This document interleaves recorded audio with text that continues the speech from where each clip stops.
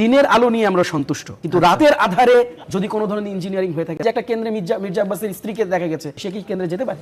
সেখানে যদি আমার মা যেত, আই সোয়ার আমি সেখানে শব্দ উচ্চারণ করতাম। যদি ভোট ইঞ্জিনিয়ারিং এর কলঙ্ক বিএনপির গায়ে লাগে, এটা বিএনপির জন্য হবে সবচেয়ে বড় ডিসক্রেডিট। আমাদের সাথে আছেন তাহসিন রিয়াজ, এনসিপির নেতা। এবং তাহসিন, এখন পর্যন্ত আমরা স্টার নিউজের মাধ্যমে যেটা দেখছি, আসলে বাস্তবতা আরেকটু এগিয়ে গেছে, বিএনপি আরও এগিয়ে গেছে, আমরা যতদূর জানতে পারছি। তারপরে আমাদের হাতে আসা বিশ্বস্ত সূত্রে স্টার নিউজের হাতে আসা যে তথ্য, সেটা হচ্ছে 35 আসন পেয়েছে 299-র মধ্যে বিএনপির জোট, এবং 14 আসন পেয়েছেন জামাত এনসিপি জোট। এবং বলছিলাম যে বাস্তবতা আরও বেশ, ফলাফলটা ঠিক এই মুহূর্তে আসলে কি, মানে কেমন, এই কিভাবে বিশ্লেষণ করবেন বিষয়টা? এই আপনাদের যে প্রজেকশনটা এখন লাইভ যাচ্ছে, এই প্রজেকশনের সাথে আমার দ্বিমত আছে। আচ্ছা, বাট ইটস ভেরি ওকে, কারণ সোর্স আপনি আপনার সোর্স থেকে জি জি, যদিও আসলে এটা নির্বাচন কমিশনের আনুষ্ঠানিক ঘোষণা নয়, কিন্তু জি, বাট আমাদের কাছে আমাদের যে সোর্স, আমাদের সোর্সে আমরা যেটা দেখতে পাচ্ছি সেটা হচ্ছে যে একদম নামসহ আনঅফিসিয়াল নিউজে ইতিমধ্যে জামাত জোট, যেটা দ্যাট মিনস 11 দলীয় জোট, 50টা আসন হচ্ছে ইতিমধ্যে সিকিউর করেছে আর কি, একদম নাম সহ আমাদের কাছে লিস্ট আছে। আপনি যদি দেখতে চান সেটা আমাদের এখানেও আছে, পেজগুলোতেও আছে, এবং জামাত ইসলামী অফিসিয়াল পেজে অলরেডি নাম সহ পিন পোস্ট করা আছে। আচ্ছা, এবং তাদের পক্ষ থেকে আরেকটা পোর্টাল ওপেন করা আছে, সেখান থেকেও আপনি এই নিউজগুলো পেতে পারেন। কাজেই ইটস ভেরি ওকে, কারণ দিন শেষে তো আসলে এগুলো আনঅফিসিয়াল ফলাফল, অলমোস্ট কনফার্ম ফলাফল এখানে তারা দিয়েছেন, এবং আপনারাও আপনাদের সোর্স থেকে হয়তো দিচ্ছেন, সেটা আপনাদের মতন করে দিচ্ছেন আর কি। তো ব্যবধানটা আমার কাছে মনে হচ্ছে যে ব্যবধান থাকবে, এখানে ভালো ব্যবধান থাকবে, এখন পর্যন্ত যেটা অনুমেয় হয়তো একটা ভালো ব্যবধান থাকবে। তবে আমরা যে জিনিসটাকে এনজয় করতে চাই সেটা হচ্ছে যে সুষ্ঠু ভোট হয়েছে। তবে কিছু কিছু কেন্দ্রে আপনি জানেন যে এখনও ঢাকা 8-এর একটা কেন্দ্রে ব্যালট বক্স ছিনতাই করার একটা অভিযোগ এসছে, সেখানে কেন্দ্রে ঢুকে ফলাফল মানে পরিবর্তন করার একটা প্রক্রিয়া আমরা জেনেছি, ইতিমধ্যে আমরা শুনেছি, এবং আমাদের পেজ থেকে অফিসিয়াল, আপনি যদি এখনও যান অফিসিয়ালি কিন্তু সেখান থেকে ব্রিফ করা হচ্ছে যে কীভাবে করে সেই কেন্দ্রগুলোতে ম্যানিপুলেট করার চেষ্টা করা হচ্ছে। এবং পাশাপাশি আমি আপনাকে বলতে পারি যে ঢাকা 13-তে অলরেডি এটা কনফার্মড একটা নিউজ যে সেখানে ব্যালট বক্স ছিনতাই করা হয়েছে, আচ্ছা, একটা কেন্দ্রে আর কি। তো এই ধরনের ঘটনা, আমরা তো আসলে এই ধরনের ঘটনাগুলো দেখতে চাই না, এই ঘটনাগুলো সাক্ষীও আমরা হতে চাই না। আমরা নতুন প্রজন্ম যারা রাজনীতি করতে এসেছি, যেই রক্তের উপর দিয়ে আমরা এই রাজনীতিটা করতে এসেছি, দেখেন মানে আমি আজকে বলছিলাম আমাদের আসনে, আমি যখন আজকে কেন্দ্রের সামনে ছিলাম, দেখছিলাম যে একটা বিরাট ইয়াং গ্রুপ অফ ছেলেপেলে, অলমোস্ট হচ্ছে ইয়াং এইজের ছেলেপেলে, সবাই হচ্ছে আপনার একটা নির্দিষ্ট দলের কার্ড ঝুলিয়ে অলমোস্ট 15 থেকে 20 জন, যেই জেস্টারে হেঁটে যাচ্ছিল।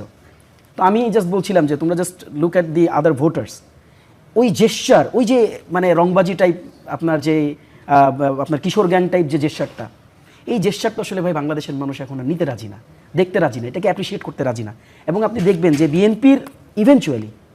বিএনপির অভ্যন্তরে যেই রাজনৈতিক মানে সংগঠকরা রয়েছেন, যারা ভালো রাজনীতিটা করতে চান, আছেন তো, নাই তো তা না, নতুন রাজনৈতিক বন্দোবস্তের সাথে যারা নিজেদেরকে অ্যালাইন করতে চান, তারাও কিন্তু এগুলোকে অ্যাপ্রিসিয়েট করেন না, করতে চান না। আচ্ছা, কিন্তু দেখেন আপনি আনফর্চুনেটলি কি হয়েছে, মানুষ কিন্তু এগুলোকে আসলে মানে ডিনাই করছে, বিভিন্ন জায়গায় অলমোস্ট আমরা দেখছি ডিনাই করছে। কাজেই যেসব জায়গায় ভোট কেন্দ্রে এখন পর্যন্ত বিভিন্নভাবে ইনফ্লুয়েন্স করার চেষ্টা করা হচ্ছে, যে ইলেকশন ইঞ্জিনিয়ারিংয়ের গল্পগুলো আমরা এখন পর্যন্ত বিভিন্ন জায়গায় শুনছি, যেমন আপনি দেখেন এখন ঢাকা 8-এর কিন্তু ফলাফল অলরেডি আনঅফিসিয়াল ফলাফলগুলো কিন্তু দেওয়া বন্ধ আছে, এবং এটা ঢাকা 8-এর যিনি প্রার্থী নাসিরউদ্দিন পাটোয়ারি, তিনি তার অফিসিয়াল পেজ থেকে জানিয়েছেন।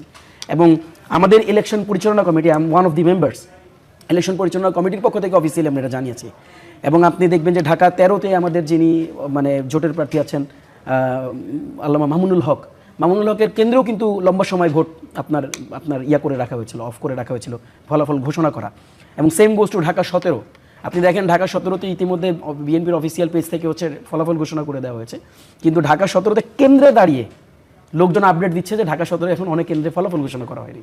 কাজেই দেখেন এই ধরনের যদি ফারাক থাকে তখন কি হবে, দেখেন আমি যেন বারবার আপনাকে যখন প্রথম রাউন্ডে আমি বলছিলাম, আমি জানি না আপনি কতটা খেয়াল করেছেন কিনা, আমি কিন্তু বারবার বলছিলাম যে দিনের আলোতে যতটুকু আমরা দেখেছি, দিনের আলো নিয়ে আমরা সন্তুষ্ট, কিন্তু রাতের আধারে যদি কোনো ধরনের ইঞ্জিনিয়ারিং হয়ে থাকে, দেখেন আমি এই কথাটা আগে অনেক জায়গায় বলেছি, আমরা তো আসলে ছোট মানুষ, কেবল আমরা রাজনীতিটাকে কাছ থেকে দেখা শুরু করেছি।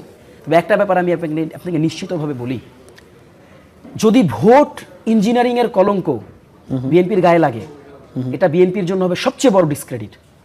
এবং আপনি একটা জিনিস নিশ্চিত থাকেন যে এটার জন্য বিএনপিকে কিন্তু পে করতে হবে, এবং খুব বাজেভাবে বিএনপিকে পে করতে হবে।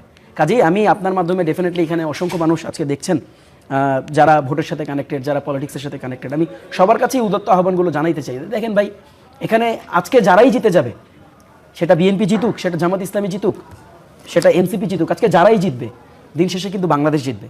দিন শেষে কিন্তু 24-এর যে গণঅভ্যুত্থান, আমাদের শহীদদের যে রক্ত, ওই রক্ত জিতে যাবে। তাহলে আসলে আপনারা বলছেন ভোট ভালো হয়েছে, আপনারা বলছেন আইন শৃঙ্খলা রক্ষাকারী বাহিনী তারা মোটামুটি সজাগ ছিল, তাদের পারফরমেন্স ভালো, আপনারা বলছেন সরকারের অবস্থান ভালো, আপনারা বলছেন ভোটারদের সাড়া, তাদের উপস্থিতি ভালো, তাহলে এখন এসে এই কোন একটা ইঞ্জিনিয়ারিং এর সংখ্যা, কারচুপির সংখ্যা কেন? খুবই ভ্যালিড কোশ্চেন। হঠাৎ করে ওই জন্যই আমি ক্ল্যারিটিটা আপনাকে দিয়েছি। দেখেন, ভোটের তো 3-4টা পার্ট থাকে। মানে ভোটটা কি, মানে আমরা শুধু মানে ভোট দেওয়াটাই কি ভোট? আচ্ছা, ইটস নট। ভোট দেওয়াটাই তো ভোট না। ধরেন আপনি ভোটটা দিয়ে চলে আসলেন, এই ভোটটা আপনি যে দিবেন তার আগের কিছু প্রিপারেশন আছে। তার আগে এই কেন্দ্রে ব্যালট গিয়েছে, এই কেন্দ্রে বক্স গিয়েছে, এই কেন্দ্রে পোলিং এজেন্টরা গিয়েছে না, এটা পূর্বের প্রস্তুতি। যে সময়টাতে আপনি ভোট দিলেন ওই সময়টার ধরেন আপনার ভোট প্রয়োগের সময়, কিন্তু তারপরে তো আরেকটা সময় আছে যেটা ভোট গণনার সময়, তাই না? এটা ইলেকশনটা তো একটা বিরাট কর্মযজ্ঞ। তো এটাকে যদি আমরা 3টা ভাগে ভাগ করি, আগের দিন ভোট কেন্দ্রে মানে আপনার যে নিরাপত্তার জায়গাগুলো আমরা দেখেছি, সেনাবাহিনী, আমি অফিসিয়ালি সেনাবাহিনীকে মানে অফিসিয়ালি থ্যাঙ্কস দিতে চাই, তাদের যে ভূমিকা আমার কাছে মনে হয়েছে যে মানে দে ডিড আ লট। আমরা আজকে আমি যে কেন্দ্রে ছিলাম ঢাকা 14-এর অনেকগুলো কেন্দ্রে আমরা ঘুরেছি, সেনাবাহিনী সেখানে তৎপর ভূমিকা আমরা দেখেছি। এবং আপনি দেখেছেন যে ঢাকা 15-র একটা আসন থেকে সেনাবাহিনী কিন্তু একদম যুব দলের পোস্টেড লিডার, আপনার শাকিল মোল্লা বোধহয় ওনার নাম, ওনাকে কেন্দ্র থেকে ধরে পিটাতে বের করছে এবং এইভাবে করে পিটাইছে যে তুই কেন্দ্রে ভুয়া এজেন্ট ছিল। হ্যাঁ, এবং মানে আপনি ইটস ভেরি ক্লিয়ার উনি আসলে ওখানে কি করতেছিল, মানে ওনার তো এখানে থাকার কথা না। কাজে দেখেন এই ধরনের অনেক ঘটনা ঘটেছে।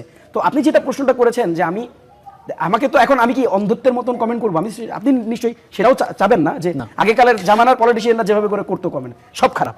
দেখেন ভাই, আমরা এই রাজনীতি আমরা করতে চাই না। তাহলে কি আমরা যতটুকু ভালো ততটুকু ভালো বলতে চাই। তাহলে কি আপনারা এই ফলাফল কি মেনে নেবেন না? না, আমি তো সেই কথা বলছি না। আমি আমার প্রশ্ন ইটস ভেরি ওকে, আপনার প্রশ্নটার উত্তর দিচ্ছি। আমরা সেটা বলছি না। আমরা যেটা বলছি যে দেখেন এটা তো এখন দেখেন এটা তো প্রক্রিয়ার মধ্যে। আপনারা বলছেন যে এখনো সুযোগ আছে কারচুপি বা কোনো ধরনের সমস্যা বা ঝামেলাবিহীন গণনায় একটা সুযোগ আছে। দেখুন it's going on, it's a process. এখনো ভোট গণনা চলছে। আপনি দেখেন যে একটা কেন্দ্রে মির্জা আব্বাসের স্ত্রীকে দেখা গেছে সে কেন্দ্রে ঢুকছে। আমি আপনাকে লিগ্যাল ফ্রেম থেকে কোশ্চেন করি, সে কি কেন্দ্রে যেতে পারে না। কাজে দেখেন ফ্যাক্টকে তো ভাই ফ্যাক্ট বলতে হবে।